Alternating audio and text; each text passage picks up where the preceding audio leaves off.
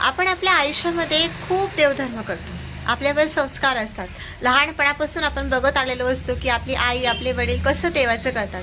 आपण हे त्याच पद्धतीने त्यांच्या पावलावर पाऊल टाकून देवधर्म करत असतो आणि देवाची भक्ती करत असतो. आणि आपल्याला प्रत्येक वेळेस हे सांगितलं जातं, सगळे उपास तपास करून, देवाची भक्ती करून, देवाच्या भक्तीमध्ये लीन होऊन आणि कर्म चांगलं करून देखील आपल्या आयुष्यात प्रॉब्लेम्स का आहेत, आपले आजार पण का जात नाही. देवाची एवढी भक्ती करणारे जे भक्त होऊन गेले, त्याचे जे अत्यंत प्रिय होते त्या देवाला, त्यांच्यासुद्धा आयुष्यामध्ये का इतका त्रास होता, का त्यांचे आजार पण देवाने स्वतः काढले, येऊन त्यांची चाकरी केली, पण तरीसुद्धा का त्यांच्या आयुष्यामध्ये सगळे सुखसोयी नव्हत्या, ते सगळे श्रीमंत का नव्हते. तिथं देवाला अत्यंत प्रिय होते ना, आणि प्रिय होते तरी का होते, तिथं गरीब पण होते, त्यांच्याकडे काहीच नव्हतं. जे देवाला ना दानपेटीमध्ये दान देण्यासारखं काही होतं ना, देवाला ते पंचपक्वान्न खाऊ घालू शकत होते, तरीसुद्धा देव त्यांचा का, ते लोक का फेवरेट होते देवाचे, का देव त्यांना आपला प्रिय भक्त मानत होता, का त्यांना मित्र मानत होता, का त्यांच्या घरी जाऊन त्यांची चाकरी करत होता, त्यांची सेवा करत होता. हे सगळ्या प्रश्नांची उत्तर आताची पिढीला भरपूर पडत असतात. मलाही पडली होती, पण त्याची प्रश्नाची उत्तर मी जरा विचार करून शोधली आणि तीच मी आज तुमच्यासोबत शेअर करणार आहे. आणि त्या सगळ्या प्रश्नांची उत्तरं जर तुम्हाला हवी असतील तर हा व्हिडिओ नक्कीच शेवटपर्यंत बघा. सर्वात आधी आपण जाणून घेऊया की आपला विठुराया, आपला पांडुरंग विटेवर का उभा आहे. तो अजूनही करकटेवर हात ठेवून विटेवर उभा आहे. इतकी वर्ष झाली का आणि कशासाठी. तर याची सुरुवात झाली पुंडलिकापासून. पुंडलिक हा आपल्या आईवडिलांची सुरुवातीला तर काही फारशी सेवा करत नव्हता. नंतर त्याचं लग्न झालं आणि लग्नानंतर तो बायकोची चाकरी करू लागला. नंतर हळूहळू त्याला मातृपितृ प्रेम समजलं काय असतं, आणि नंतर त्याला रिअलाईज झालं की आपण कोणती चूक करतोय, आणि मग त्याने आपल्या आईवडिलांची सेवा करायला सुरुवात केली. तो इतका लीन झाला आपल्या सेवेमध्ये की तो सगळं काही विसरून जायचा, तहान भूकसुद्धा विसरून जायचा, फक्त आपल्या आईवडिलांची सेवा करायचा. आणि त्याची ही सेवा बघून परमेश्वर श्रीकृष्ण प्रसन्न झाले त्याच्यावर, आणि त्यांनासुद्धा त्याला एकदा भेटण्याची इच्छा झाली. आणि म्हणून परमेश्वराने सावळं रूप धारण करून त्याच्या दारी ते आले त्याला भेटण्यासाठी. तेव्हा नेमका पुंडलिक जो आहे आपल्या आईवडिलांचे पाय चिपत होता आणि ते त्याच्या मांडीवर असे झोपलेले होते.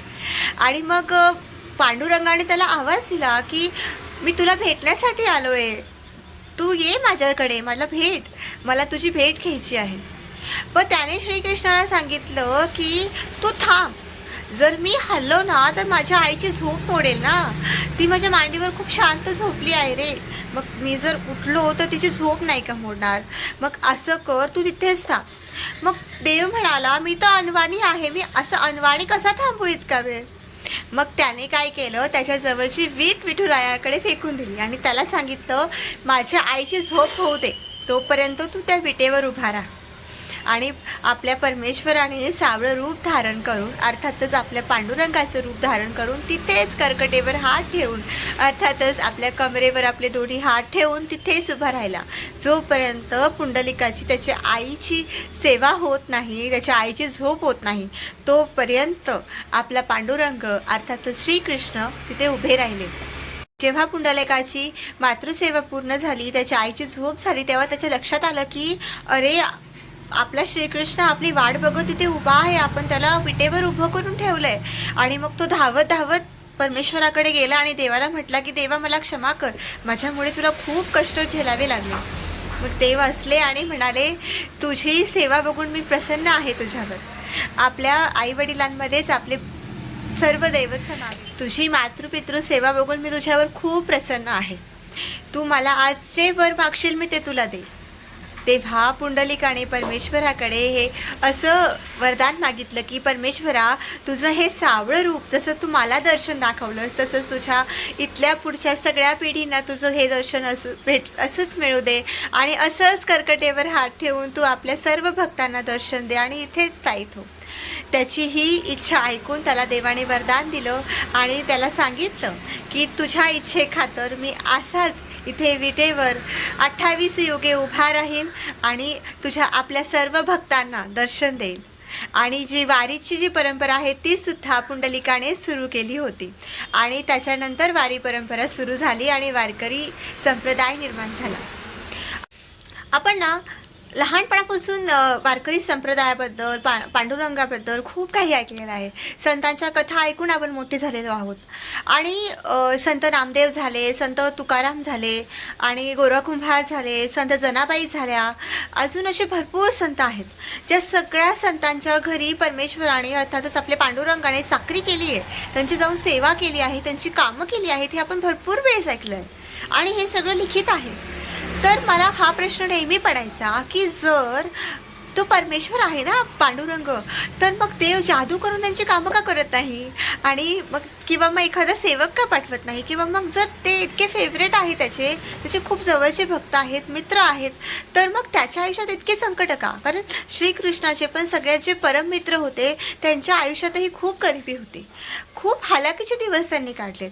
मग श्रीकृष्ण एवढे श्रीमंत होते, मग त्यांनी आपल्या मित्राच्या सगळं परिस्थिती सुधरवली का नाही, आपला पैसा त्याच्या आयुष्यात दिला का नाही, त्याच्यावर कृपा का केली नाही, हा प्रश्न मला नेहमी पडायचा.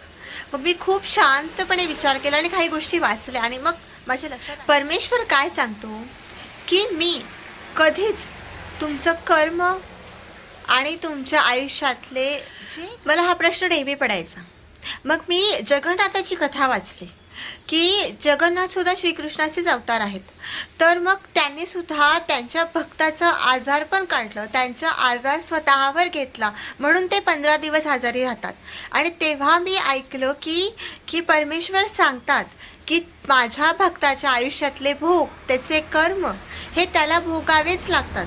आज जर मी त्याचं ते कर्म, त्याचं ते त्रास, त्याचं भोग जे आहे ते कमी केलं, तर त्याला पुढचा जन्म घेऊन त्या आयुष्यामध्ये ते भोगावेच लागतील. त्याने जे कर्म मागच्या जन्मी केले आहेत त्याच्या कर्माचं फळ त्याला ते भोगावंच लागेल.